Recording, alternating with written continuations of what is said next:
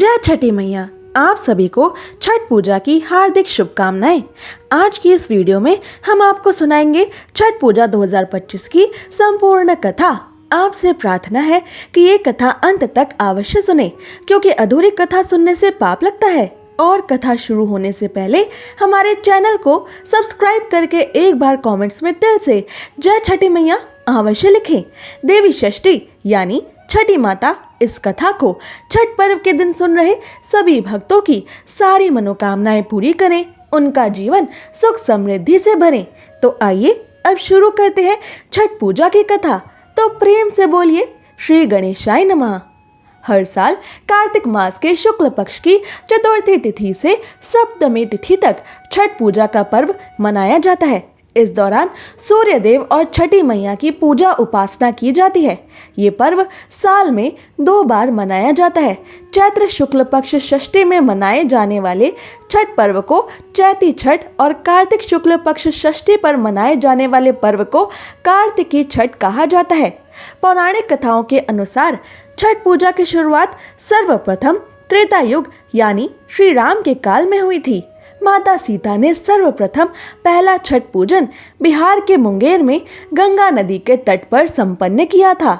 इसके बाद से छठ महापर्व की शुरुआत हुई थी। इसके प्रमाण स्वरूप आज भी माता सीता के चरण चिन्ह यहाँ मौजूद हैं। वाल्मीकि रामायण के अनुसार ऐतिहासिक नगरी मुंगेर के सीता चरण में कभी माँ सीता ने 6 दिनों तक रहकर वहाँ छठ पूजा का महापर्व मनाया था। भगवान श्री राम जब रावण के वध और 14 वर्षों के वनवास के बाद अयोध्या लौटे थे, तो रावण वध के पाप से मुक्त होने के लिए ऋषि मुनियों के आदेश पर प्रभु श्री राम ने राजसूय यज्ञ करने का फैसला लिया। इसके लिए मुद्गल ऋषि को आमंत्रण दिया गया था, लेकिन मुद्गल ऋषि ने भगवान श्री राम एवं माता सीता को अपने ही आश्रम में आने का आदेश दिया था। ऋषि मुद्गल की आज्ञा पर भगवान श्री राम और माता सीता खुद जब वहां उनके आश्रम पर पहुंचे, तो ऋषि मुद्गल ने उन्हें पहली बार छठ पूजा का महत्व बताया था। ऋषि मुद्गल की ओर से बताई गई विधि के आधार पर माता सीता ने पहली बार सूर्य देव की उपासना करके 6 दिनों तक छठ पूजा का पर्व मनाया था। छठ पूजा की दूसरी कथा महाभारत काल से जुड़ी है। महाभारत काल में छठ पूजा सबसे पहले सूर्यपुत्र कर्ण ने सूर्य देव की पूजा करके शुरू की थी। वह प्रतिदिन घंटों तक पानी में खड़े होकर सूर्य नारायण भगवान को अर्घ दिया करते थे। सूर्य देव के आशीर्वाद से वह महान योद्धा बने। उन्हें कवच कुंडल भी प्राप्त हुए। कुछ कथाओं में द्रौपदी से भी छठ पूजा के पर्व को जोड़कर देखा जाता है। मान्यता है कि जब पांडव जुए में अपना सारा राजपाट हार गए और वनवास में चले गए, तब माता द्रौपदी ने छठ का व्रत रखा था। कहा जाता है जब वनवास के दौरान पांडवों को प्यास लगी तो उन्हें कहीं भी पानी ना मिला। तब द्रौपदी के कहने पर अर्जुन ने जमीन पर तीर मारकर पानी निकाला था। तब उस जल को द्रौपदी ने सबसे पहले अर्घ के रूप में सूर्य देव भगवान को समर्पित करते हुए कहा कि आप भी हमारी कठिन परीक्षा लेने के लिए अपना ताप बढ़ाकर थक गए होंगे, अतः हे सूर्य देव, ये जल आप स्वीकार करें। द्रौपदी की ऐसी अटूट श्रद्धा को देखकर सूर्य देव द्रौपदी पर प्रसन्न हुए। तब से द्रौपदी प्रतिदिन सूर्य देव को अर्घ दिया करती थी। सूर्य देव की कृपा से ही द्रौपदी को अक्षय पात्र प्राप्त हुआ था, जिससे भोजन कभी भी समाप्त नहीं होता था। इसी अक्षय पात्र के कारण पांडवों को कभी वनवास में भोजन की कोई समस्या नहीं हुई। कहा जाता है कि छठ व्रत के पुण्य फलों से पांडवों को अपना राजपाट वापस मिल गया था। इस तरह से छठ व्रत को सुख समृद्धिदायक माना गया है। छठ पर्व की तीसरी कथा के अनुसार प्रथम देवासुर संग्राम में जब असुरों के हाथों देवता हार गए थे, तब देव माता अदिति ने तेजस्वी पुत्रों की प्राप्ति के लिए देवारण्य के देव सूर्य मंदिर में छठी मैया यानी अपनी पुत्री की आराधना की थी।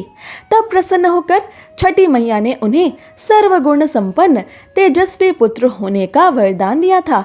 इसके बाद अदिति के पुत्र हुए त्रिदेव रूप आदित्य भगवान, जिन्होंने असुरों पर देवताओं को विजय दिलाई थी।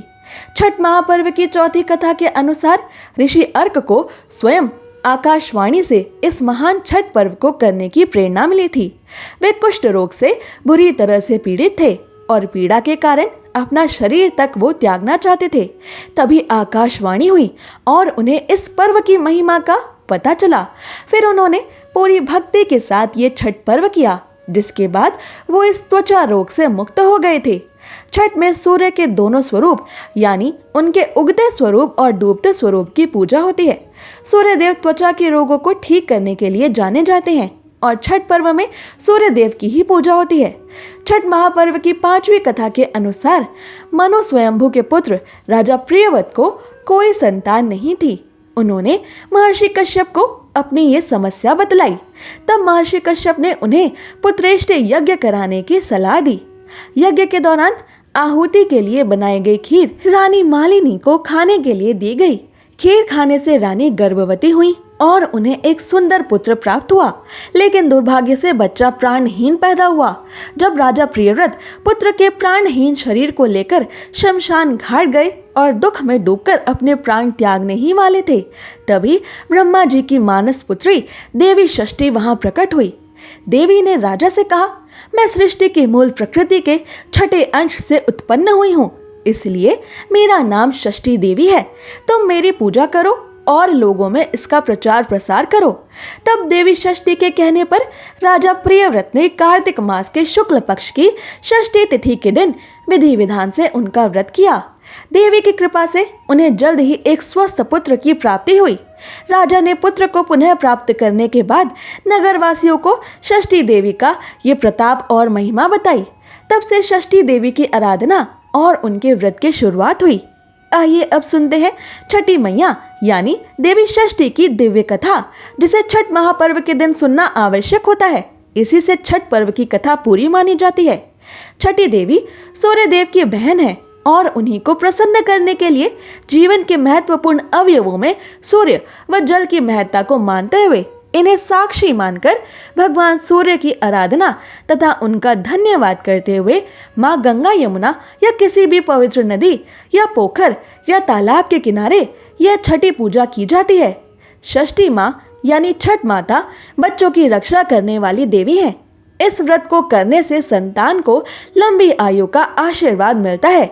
मार्कंडेय पुराण में इस बात का उल्लेख मिलता है कि सृष्टि की अधिष्ठात्री प्रकृति देवी ने अपने आप को 6 भागों में विभाजित किया है।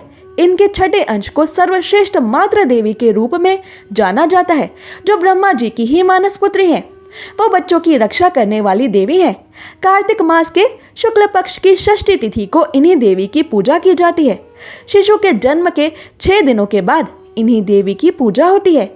इनकी प्रार्थना से बच्चे को स्वास्थ्य, सफलता और दीर्घायु होने का आशीर्वाद मिलता है। पुराणों में इन्हीं देवी का नाम कात्यायनी भी बताया गया है, जिनकी नवरात्रि की षष्ठी तिथि को पूजा की जाती है। जब ब्रह्मदेव सृष्टि की रचना कर रहे थे, तब उन्होंने खुद को 2 भागों में विभाजित किया था। इनमें से एक भाग पुरुष और दूसरा भाग प्रकृति का था। इसके बाद प्रकृति ने अपने आप को 6 भागों में बांटा, जिसके छठे अंश के तौर पर मातृ देवी के रूप में षष्ठी मैया, छठी मैया प्रकट हुई थी। छठी मैया भगवान भोलेनाथ शिव शंकर के पुत्र कार्तिकेय भगवान की पत्नी है। इनकी पूजा आराधना से आरोग्यता, वैभव और संतान सुख की प्राप्ति होती है। यही वजह है कि कार्तिक मास के शुक्ल पक्ष की चतुर्थी तिथि से सप्तमी तिथि तक इन्हीं देवी की पूजा का विधान है। इनका एक नाम देवसेना भी बताया गया है।